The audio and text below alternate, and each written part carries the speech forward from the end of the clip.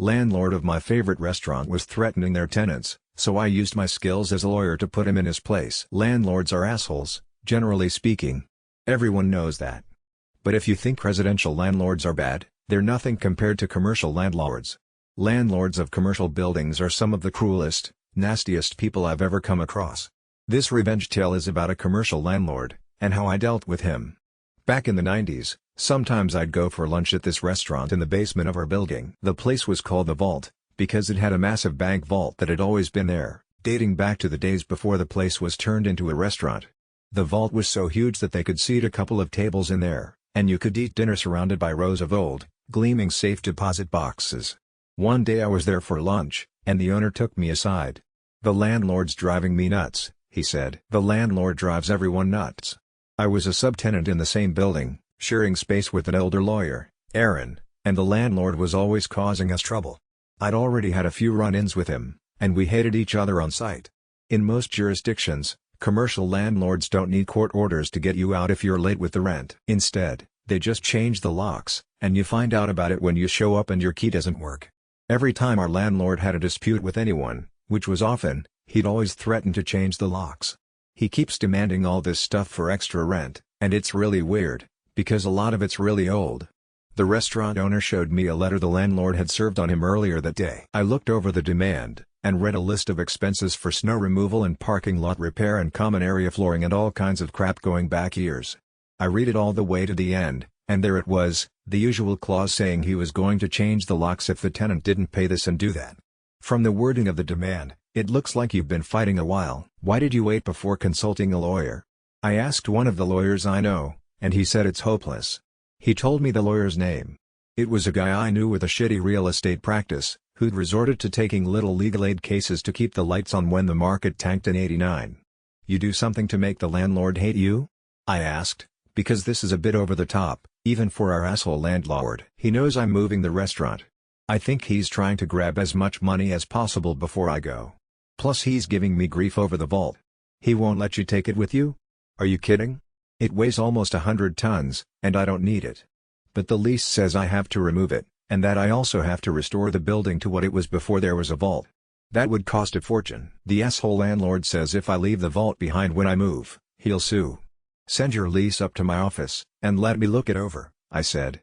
I finished my lunch, and when I got back to my office the lease was waiting for me. It was just as bad as the restaurant owner said. The lease was a renewal of an assignment of a renewal, the original documents dating back to the shortly after when a bank first leased the place and the vault was installed. Somehow the landlord had suckered the restaurant into taking over a lease that left him liable to remove a bank vault at the end of term. No big deal, I thought, the restaurant can default, and all the landlord can do is sue a shell company. But when I got to the last page of the lease, there was a guarantee clause. The restaurant owner had personally guaranteed the lease, and he was on the hook for removing a vault weighing 100 tons, and then fixing the place up. It would cost a fortune. The case was hopeless, of course that was obvious right away. But then I thought about the asshole landlord with his demands and his threats and his rent hikes, and I asked my brain to do me a solid, which it promptly did. I picked up the phone and called the restaurant owner. "I'm ducked, right? You're calling me to say there's no way out." That's what my commercial lawyer already said. But I just thought I'd ask. "I can save you, but it's gonna cost." "How much?" "5,000 in legals, and another G note for the agent." "Agent? What kind of agent?" "Real estate. Send up a check, certified, and leave the rest to me." The check hit my desk in less than an hour. I went to Aaron's office. "I need a real estate agent," I said. "You buying a house?" "Nope." "Selling a house?" "Nope." By this point I'd been sharing space with Aaron for almost 5 years, and he knew me pretty well. "You pulling one of your stunts again?" he asked. "Yup. But nothing that will get you into trouble. I know a guy." Aaron knew all kinds of guys, and that's one of the reasons he eventually got disbarred. But he knew a guy, and he gave me the agent's name and number, and the next day I paid the agent a visit. I told him what I needed, and we agreed to terms. I gave him some papers and the cash for his fee. A few days later I was again at the vault for lunch. The owner saw me walk in, and greeted me himself. "The landlord's here," he said. "Why?" "For a lunch, and to be an asshole. Let's sit in the vault room so I don't have to look at his face." He took me to the vault room, and with the door almost completely closed, we had a consultation while we ate pasta and drank red wine.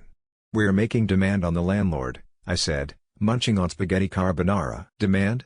What are we demanding?" I pulled a document out of my briefcase and passed it to him while I sipped my wine. "We're demanding that the asshole landlord release all the restaurant equipment, all the fixtures.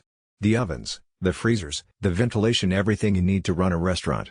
The lease exempts all that stuff. He can't stop me taking what I want.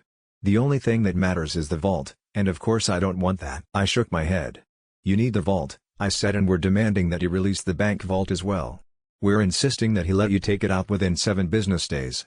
You think you can beat the landlord with reverse psychology? You think if you treat him like a 2-year-old, you can manipulate him into doing what you want? We'll find out soon enough." He's had the demand for a couple of days now. The restaurant owner dropped his wine glass and it shattered on the marble floor. "You already gave it to him?" the restaurant owner said. He got up, swung open the vault door and called for the waiter to clean up the mess. "Let's see what the landlord has to say," I told him, and we walked over to the landlord's table. The landlord was a big, beefy man with a big appetite. He sat alone, eating a rack of lamb wolfishly with his hands. "My client needs an answer today," I said. The landlord looked up at me as he chewed noisily. "I'm the vault's lawyer," I said. "I gave you a demand the other day. My client needs an answer right now. He needs the vault for a new place, and he's got to make arrangements." "Your client can forget about the bank vault," he said, wiping his massive greasy hands on an already soiled napkin. "But you can't do that," I said. My shock was feigned, but the restaurant owner's jaw dropped for real. The landlord laughed at us. "I'm the landlord. I can do what I want. I'm gonna need that in writing, because my client might sue." I said. "Sue all you like," the landlord told me, "sue till you're blue in the face." He told me that I'd have a formal response by day's end, and then he told me to go away and let him finish his lunch. When the letter arrived from the landlord, claiming ownership over the bank vault, I brought it downstairs and showed it to my client. "How the hell did you do that?" "Trade secret," I said. The following month the restaurant moved out and the place was empty, and that was too bad, because I had always liked eating at the vault. Now the restaurant was in a new location 20 minutes away. They called the new place the Vault, and they'd preserved the vibe of the old place. It was very similar, except they didn't have the bank vault. The bank vault, all 100 tons of it, was where it had always been, in the basement of the building where I rented space. I showed up for work a little after that, and Aaron collared me. "The landlord's looking for you," he said. "Oh yeah? What about?" "He's really angry. He said his deal fell through." "Deal?"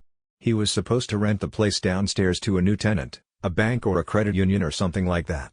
They were supposed to come in to sign a lease, but they didn't show up. And what's that got to do with me?" I said to Aaron, and I said the same thing again to the landlord when he managed to track me down a couple of days later. "I know you were behind this," he said, his jowls quivering. "I know it was you. That offer from the agent, it was all bullshit.